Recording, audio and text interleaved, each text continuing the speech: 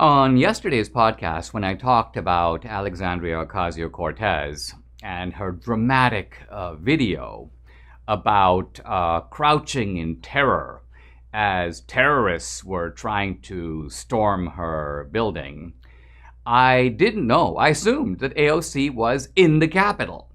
And that even if she wasn't directly threatened, she was at the venue where all these, quote, insurgents and MAGA terrorists were present.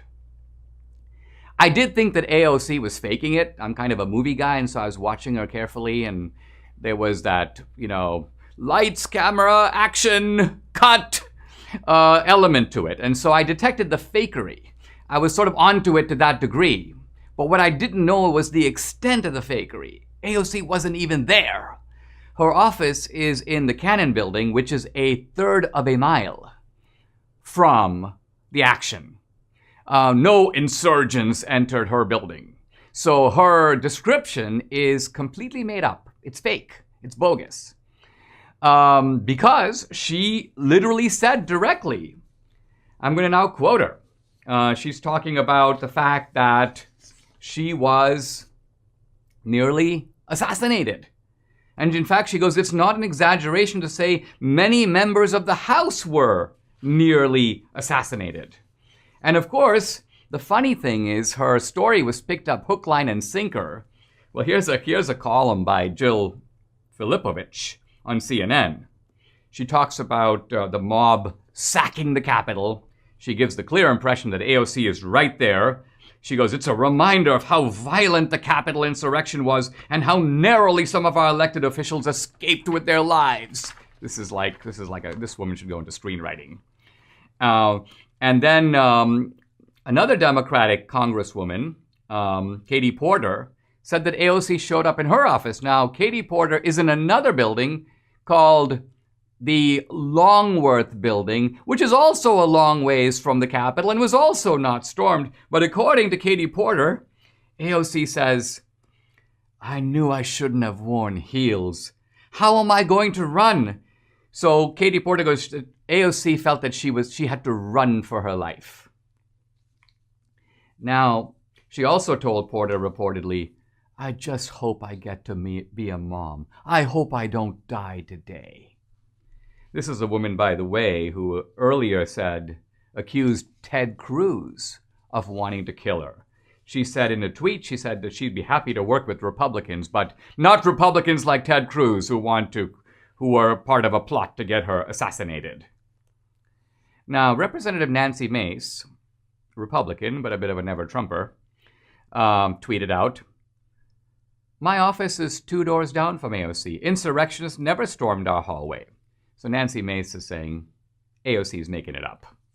And you can see, I'm just going to put it up on the screen for a moment, but I'll describe it. You can see this map of the U.S. Capitol.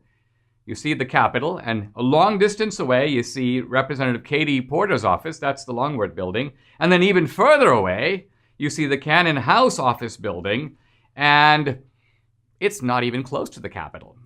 Now, what's really going on with AOC? I'm reminded, first of all, of Christine Blasey Ford and that big lie. Now, the reason that you know it's a lie, or at least you're tipped off, is because when someone's lying, they always describe events that are difficult to check. So when Christine Blasey Ford was telling about the events with Kavanaugh, notice that she was very specific about the things that no one could check. So, for example, she's really specific about who did it to her. Kavanaugh, that's her target. She's also really specific about what he did. Oh, he wrestled me, threw me on the bed, he jumped on me, he did this, he did that. Because after all, that's something that only you would know. But what she's unspecific about is anything that can be checked out. Where did this happen exactly? And the reason it's hard for her to say where is because someone else could go, well, I live there. Or I know that club. And when did it happen exactly? What was the day and what was roughly the time? And again, you can't do that because people could go, well, I was there. I was at that place at that time. Nothing like that ever happened. So you become mysteriously and kind of cloudy about all the things that can be checked out. There's another story that jumped to mind. I actually looked it up because it's so fascinating. This is a story of a woman named Tanya Head who had claimed to be dramatically present at 9/11. She was in the fiery buildings. And she described very emotionally, her husband was in the building and he got killed and she named him. And she said that a dying man handed her a ring and said, please give this to my wife. And then she said she ended up in a hospital unit with burns, only to find out that her husband had been killed in the North Tower. Now, the only problem with this incredible story, reported and widely described by the media, was that none of it was true. First of all, her name isn't Tanya Head. She never went, as she said, she went to Harvard and Stanford. She said she worked at Merrill Lynch. She never did. She's actually from Spain, from Barcelona. Her name is Alicia Esteve. She's not married to the guy who was supposedly the husband who died. She made the whole thing up. And you might say she is a narcissist and a psycho. And to some degree, that's probably true, just as it's true of AOC. She's a narcissist. She's borderline psycho. But in the end, it's also, there's this seeming craving for people to put themselves at the center of the action, to make, you may say, the world of crisis revolve around them. And this craving for public attention, public sympathy, this idea that you are somehow the main actor in a global drama. What I find particularly sickening about the AOC event is that she's doubling down. If she were genuinely mistaken, let's just say she was not under threat, but she felt she was. She'd then go, now, phew, what a relief. I thought my life was in danger. I thought I'd have to run for my life. But fortunately, I was safe. And I want to be thankful to the Capitol police officer, who's kind of the only guy who came into my office. I was never in any real danger. But no, she doubles down. She basically goes, this is the latest manipulative take on the right.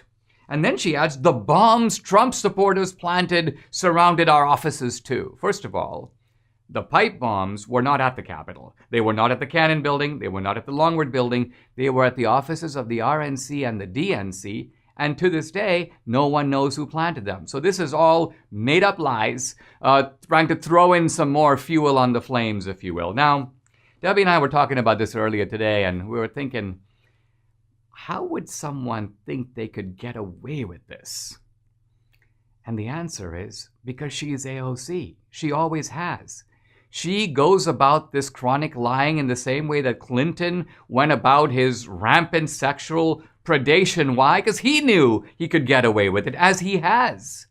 AOC knows that you've got all these robotic cheerleaders in the media. No matter what she does, they will cover for her. They will protect her. They will take her lies and claim that they are the gospel.